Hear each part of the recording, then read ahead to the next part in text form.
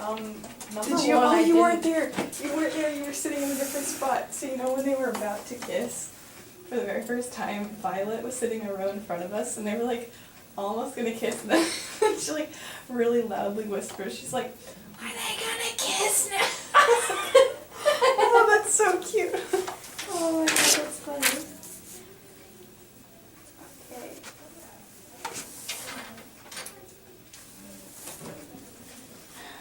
I didn't get how to fight the. I don't get how to find the asymptotes. Still. Are you okay with the vertical asymptote? Well, I didn't get very Do far. we just know it's if the denominator is 0, then x is the asymptote? Like the When the denominator is 0, yes. and if Whatever makes the denominator 0 is the vertical asymptote. really? Okay, wait, wait, say that again? Whatever makes the denominator 0 is the vertical asymptote. You know. I get All those denominator. calculus words, you forget them.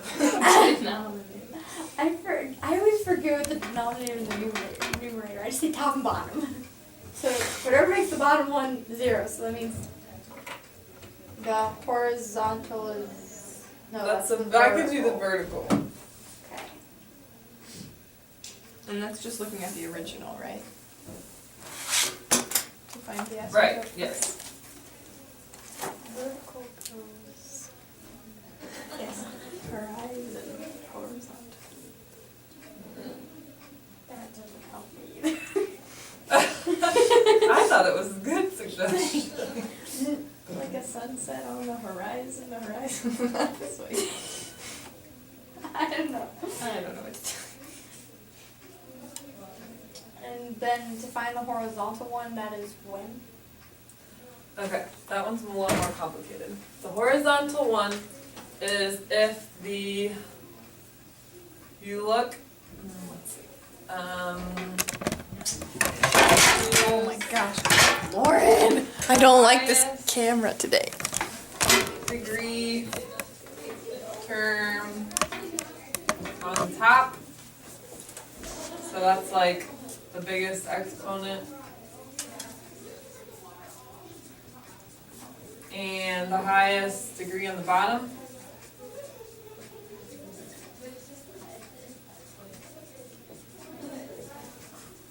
Choose highest degree on the top. And then you compare. The highest degree on the bottom. If bottom is bigger than the top, then there's a horizontal asymptote at x equals 0. If the top is bigger than the bottom, there's no horizontal asymptote. And if they're equal, then you, how do I say?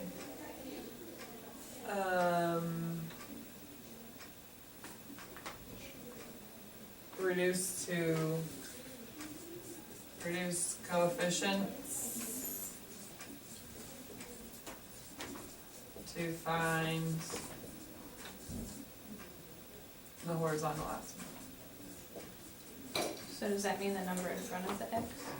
Yes, so let's do some examples. So if you have -1 over x plus 2, the highest degree term on the top is, there's none. The highest degree term would be x to the 0, this is x to the 1, right? So bottom is bigger than top, so there's a horizontal asymptote at x equals 0. So when if the bottom is always bigger than the top, it's always going to be 0. Yes. If the top is bigger than the bottom, so that's x squared over x, then there's no horizontal asymptote.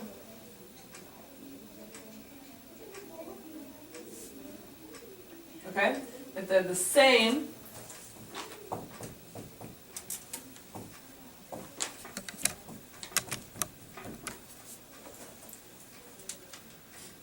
then you basically reduce it. So 2x over 4x would be 1/2.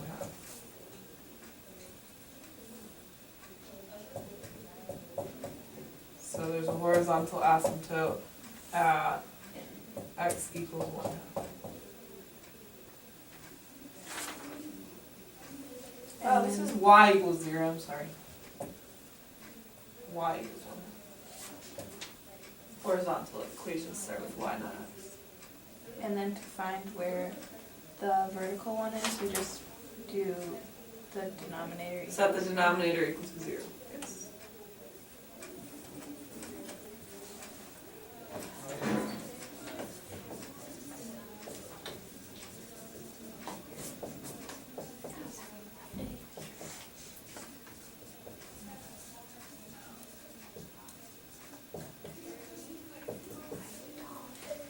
I get how to solve them, but how do you know from the problem if you're gonna have to do asymptotes? If it's a fraction. Okay. So since none of these were fractions, we'll do. Gotcha.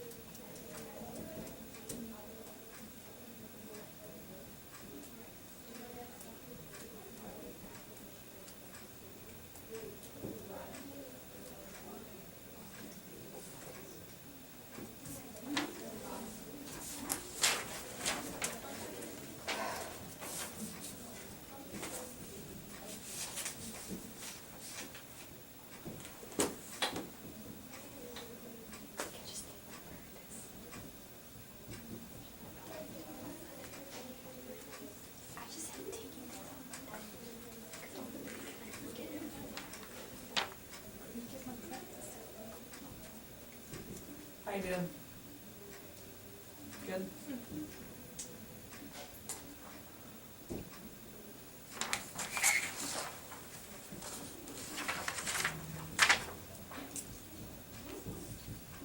Questions?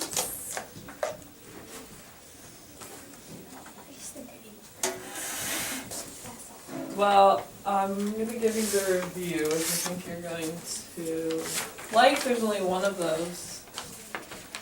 Oh, Okay. so this is what our This is what the quiz will look quiz. like. Yes. So just look at the directions to make sure that you're using the correct test, because I want to make sure you know how to do all of them. The first four I want you to use the first derivative test. That's where you test the intervals on the line with the first derivative when you set the first derivative equal to 0. Do you want to do one of each of these? Yeah. Okay. Up to you. And then, but for the one graph, are we gonna have to do the one with the asymptotes? No, Oh, okay. I didn't put any of them on.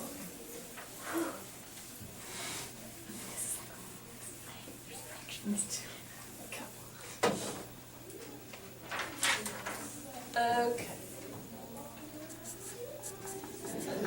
So for this, you're just finding the extrema using the first derivative test. So find the first derivative, which would be y equals negative 2x. Set it equal to 0. So x will equal 0.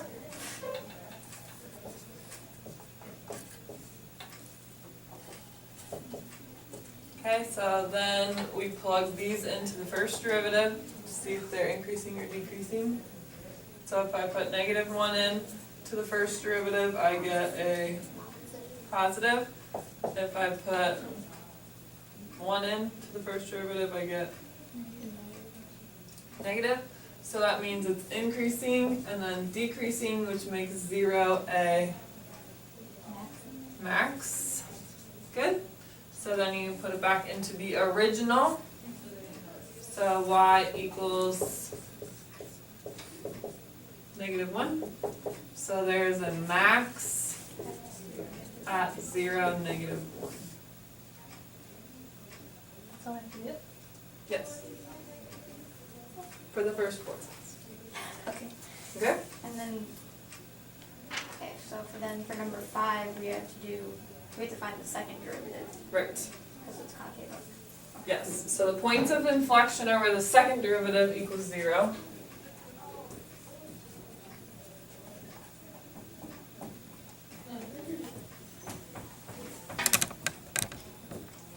So we'll find the second derivative.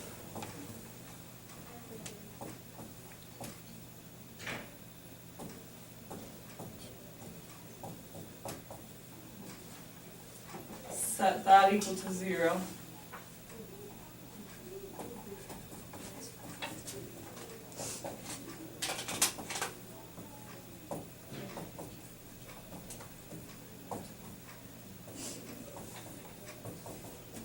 So there's an inflection point at x equals 4/3.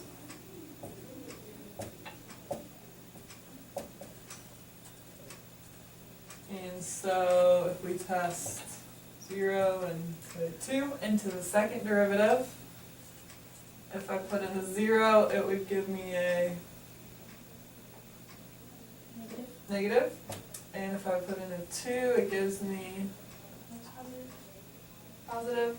So therefore, you can say POI at x equals 4/3, point of inflection, it's concave down from negative infinity to 4/3, and concave up for 4/3 to infinity.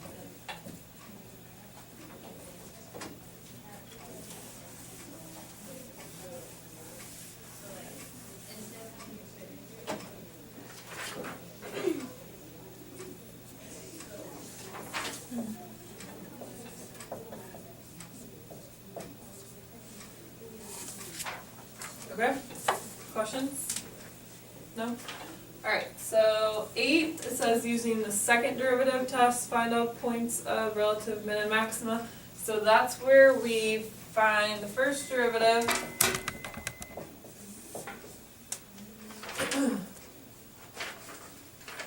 We set that equal to 0.